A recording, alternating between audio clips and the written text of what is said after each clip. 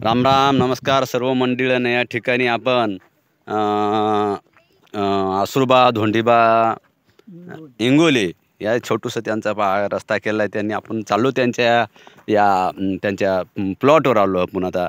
हे त्यांनी कशा पद्धतीचं आपण तुम्हाला सर्वप्रथम या ठिकाणी दाखवू शकतो की त्यांनी कशा पद्धतीचं कुंपण केलेलं आहे बघा हे।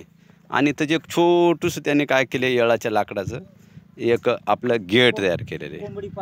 हो, म्हणजे गेट तयार केलेले आहे। आणि पूर्ण तुम्ही या ठिकाणी पाहू शकता कशा पद्धतीने त्यांनी एक कल्पकतेतून एक कुंपण केले, त्याला एक जाळी लावलेली आहे। आपण पूर्णपणे त्यांचा अगोदर प्लॉट पाहू शकतो कशा पद्धतीने त्यांनी काय केलेलं आहे, काय काय नाही, त्यांचे विचार काय आहेत, कल्पकता काय आहे, आपण या ठिकाणी पाहू शकतो। एक छोटूसं त्यांचा एक केलेला प्रयत्न आपणापर्यंत निश्चितपणानं या ठिकाणी त्यांनी बघा आंब्याची छोटी छोटी झाडं लावली। या विशेष म्हणजे यावर्षी भरपूर पाऊस झालेला आहे, धरणंसुद्धा तुडूंब भरलेले आहेत। आणि एक त्यांनी एक मिरचीसुद्धा लावली, एक दोन झाडं मिरचीसुद्धा आहेत आणि आंब्याची झाडं मिरची लावलेली त्यांनी। एक त्यांना विशेष म्हणजे पूर्णपणे त्यांनी सध्या तर पूर्ण निसर्गाच्या याच्यावर त्यांनी चाललेला आहे। त्यांचा हा जो राडा चाललेला आहे त्यांचा निसर्गावरच चाललेला आहे राडा तुमचा आत्तापर्यंत सध्या। आणि त्यांनी पहा कशा पद्धतीने झालेलं आहे। पिंपळाचं झाड एक त्याने एक हा वृक्षवल्ली आम्हा सोयरी वनेचेरी पक्षिणी सुस्वरे आळविती या न्यायाप्रमाणे झाडाचं संगोपन केलेले। हे काय बोधाचे रे? रामफळाचं झाड आहे का ते? बरं बरं बरं। आणि हे काय तुमच्या ह्याच्या कोंबड्याला अंडे बरं, ठीक आहे ठीक आहे ठीक आहे, काय जे असेल ते। पण त्याने एक कुक्कुटपालन एक छोटूसं त्याने जगण्याचं साधन त्यांनी या ठिकाणी केलेले आपण पाहू शकता कशा पद्धतीने काय केलेले। हा त्यांचा जो निवारा आहे राहण्यासाठी आणि एक त्यांना या ठिकाणी संगोपन आणि कुक्कुटपालन केलेले आहे। शासनाचं एक त्यांना काही मदत का होईल का, आपण या ठिकाणी छोटूसा की उपक्रम करत आहोत आणि आपण पाहत आहोत की कशा पद्धतीनं करत आहोत। एक आज झाड आहे इंगोली जांभळीचं झाड आपण पाहू शकता। जांभळी बोरीत सुद्धा त्यांनी गावरान बोरीची साधं म्हणजे पहिली जन्मजात लागलेली गावरान बोर त्यांनी काय केलेले संगोपन केलेले। आपण लिंगापाटी आडोळ या दोन्हीच्या या ठिकाणी शिवर आलेले त्यांनी एक संगोपन केलेले कशा पद्धतीनं पहा मित्र हो। या ठिकाणी एक जांबाचं झाडसुद्धा लावलेले त्यांनी आणि एक पहा त्याला जांबसुद्धा आलेली पहा। एक माळरानावर पूर्णपणे जमीन खडकाळ आहे मित्र। आणि एक आंब्याचं झाडसुद्धा रामफळ सीताफळ झाडं आहेत आपण बघू शकता या ठिकाणी की पहा रामफळसुद्धा आलेत।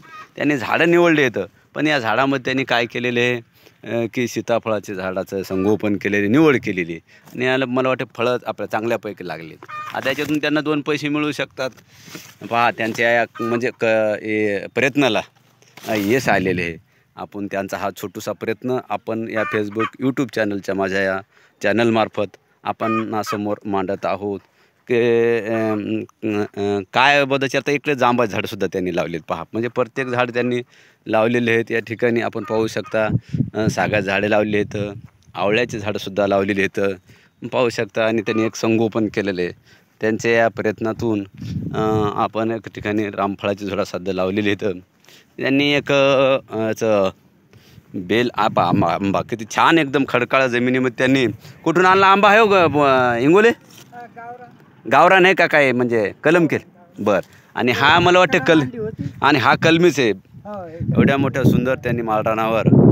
आणि हे बेलाचं झाड लावलेले पहा। आपण जे म्हणतो एक श्रावण महिन्यात बेलाच्या पानाची फार नितांत गरज असते आणि ते पूजेसाठी वापरलं जातं आहे की महादेवा तुला आवड तुला बेलाच्या पानाची, असा एक त्यांनी एक उपक्रम केलेला आहे।